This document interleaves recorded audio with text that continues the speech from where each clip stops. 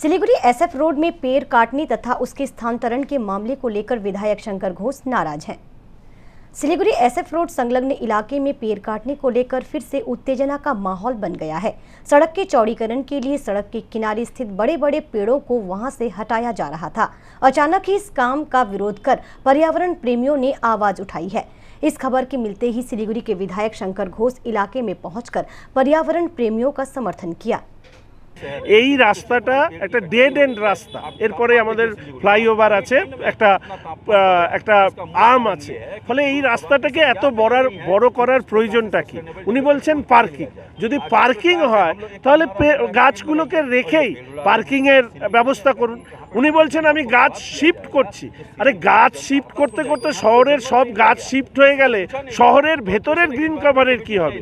যত বড় শহর আছে সেই শহরের মেয়র চেষ্টা করেন শহরটাকে সবুজ করার, আর আমাদের মেয়র চেষ্টা করছেন শহরটাকে ন্যাড়া করার।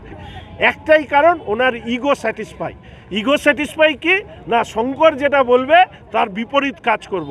উনি তো শহরটাকে ধ্বংস করে দিচ্ছেন, আর এই ধ্বংস করাতে যারা যারা ওনাকে সহযোগিতা করেছেন বা করছেন, আজ নয় কাল আমি কথা দিচ্ছি, যেদিন ভারতীয় জনতা পার্টি ক্ষমতায় আসবে প্রত্যেকের বিরুদ্ধে ব্যবস্থা